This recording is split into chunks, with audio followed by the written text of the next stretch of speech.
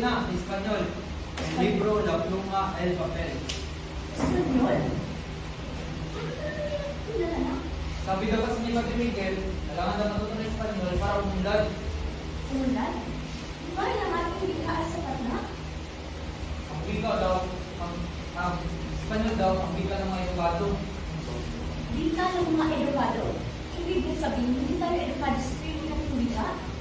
Alam mo, Lina, kailangan daw matuto ng Espanyol para makapagtrabaho at makabahala ng Juan, nagtatawa sa iyong isipan at ang aking wika ay napakahalaga at hindi na hindi tayo pag-iwanan.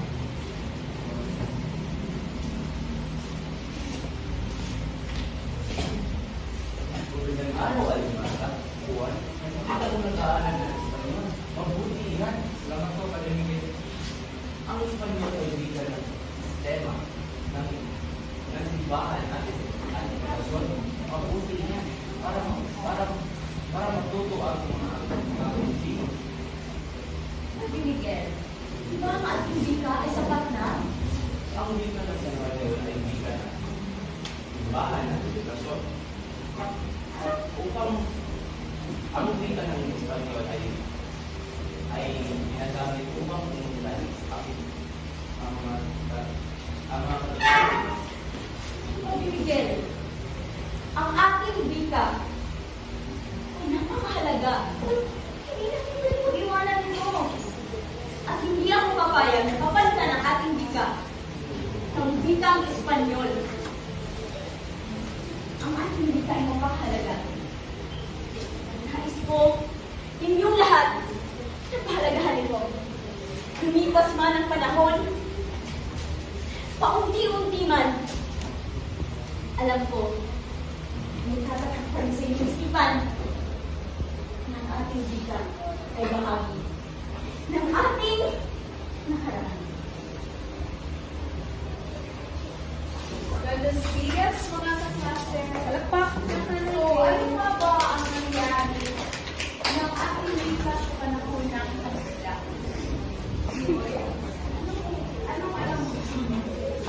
So let us wait for the slides, everyone.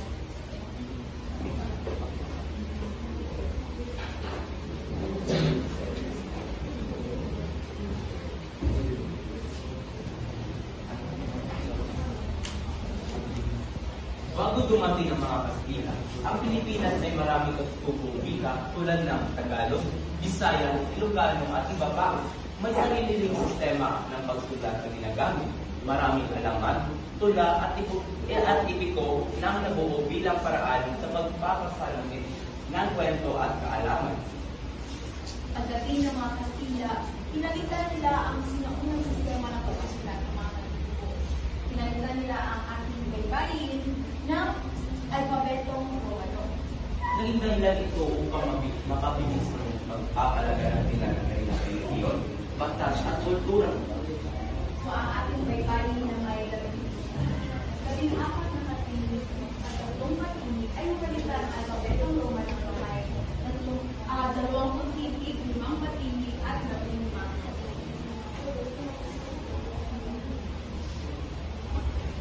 Sa kabila ng impluwensya ng mga Espanyol, ang wika ng mga katutubo ay patuloy na umunlad. Ang mga tao sa mga lugar ng lugar ay patuloy na nagsasalita ng kanilang mga wika. Ang mga wika ng mga katutubo ay nagsilbing paraan ng komunikasyon at ipapanatili ng kanilang kultura. Sa panahon ng Kastila, ang Espanyol ay naging wika ng pamahalaan at edukasyon sa Pilipinas. Ito ang ginagamit sa opisyal na dokumento, batas at komunikasyon. Ang mga paaralan ay nagturo ng Espanyol at naging simula gamitin ang mga edukado Pilipino ang wika sa kanilang profesyon. Dahil Espanyol ang gamit sa mga batas at opisyal na mga dokumento, natutunan ng mga Pilipino na direkta sa ikisagutan sa gobyerno o simbahan. Sa mga mayayaman naman at mga nasa mataas na posisyon tulad ng gobernadorcillo at isa ni barangay ay madalas na nagtuturo ng Espanyol dahil sa kanilang patuloy sa mga kanila. At ilang mga gagawa rin mga gaya ng mga kawal na nagtatrabaho sa mga Kastila sa doong pataas ay natutunan nila ang